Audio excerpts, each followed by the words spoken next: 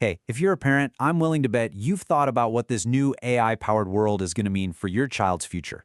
It can feel, well, a little overwhelming, right? Today, we're going to cut through that confusion. We're going to explore a really powerful way to think about getting our kids ready for what's coming next. Let's jump right in. So this is the big question, isn't it? The one that probably keeps a lot of us up at night. You see all these incredible things happening with artificial intelligence, and it's only natural to worry, is my kid going to be able to compete in a job market that's full of these super smart machines? It's a totally fair question. But what if it's the wrong question to be asking in the first place?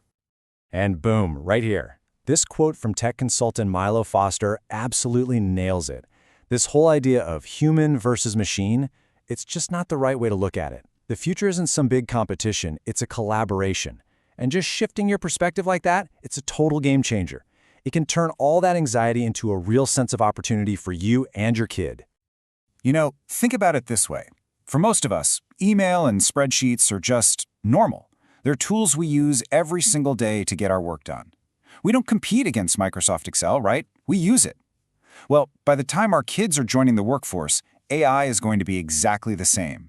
It'll just be another standard tool in the toolbox, one they use to make their own unique human skills even more powerful.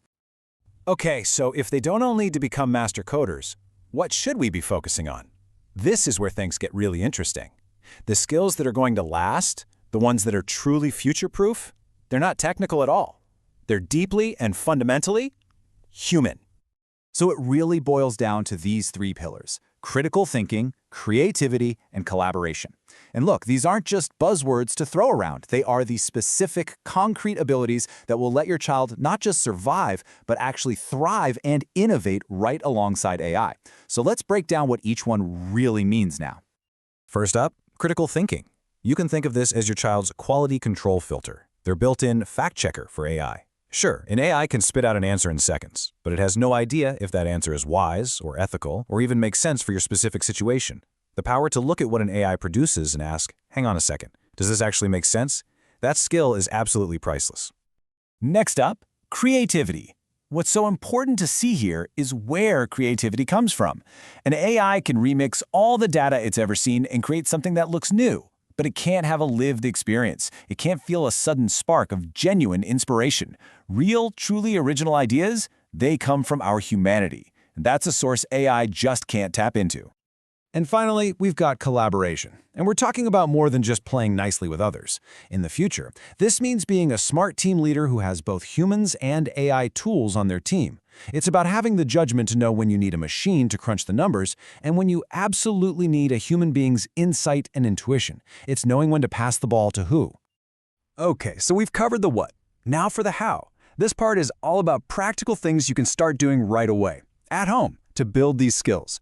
And the good news is, it's not about buying a bunch of expensive gadgets. It's really about small shifts in your everyday conversations and activities. Let's see what that looks like.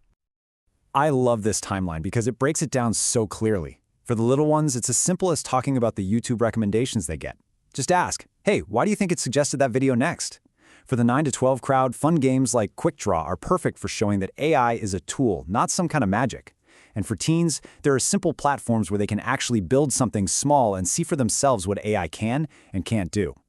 And let's be super clear here. The goal is not to just hand over a tablet for endless, unsupervised screen time. Absolutely not. The whole point is to use these tools as teaching moments. Just like you'd use a book or a science kit, the key here is guidance and doing it with a purpose.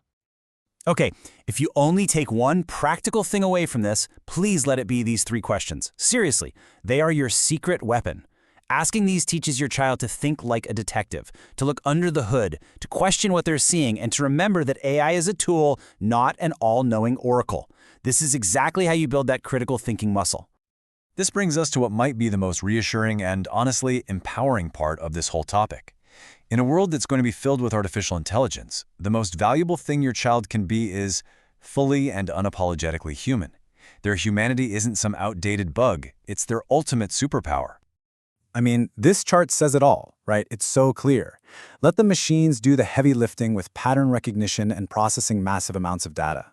That frees us up to do what we humans do best. Things like empathy, making ethical calls, and understanding all the subtle nuances of a situation. We're not being replaced. Our jobs are just being elevated to be more human. So here's the real bottom line. All those things we used to call soft skills, they're now the critical hard skills. Emotional intelligence, understanding context, knowing how to navigate a tricky social situation, making a real, genuine connection with another person, that is your child's competitive edge. These are the things that are incredibly hard, maybe even impossible, for an AI to ever truly replicate. So when you boil it all down, the best advice is actually wonderfully simple and, well, timeless. Don't get stressed out trying to turn your kid into some kind of tech prodigy. Instead, just focus on what great parents have always focused on, raising a capable, curious, and caring person. Someone who knows how to engage with the world thoughtfully. I just love this thought. It perfectly captures this new reality. The real power in the future isn't necessarily going to belong to the coders who build the AI.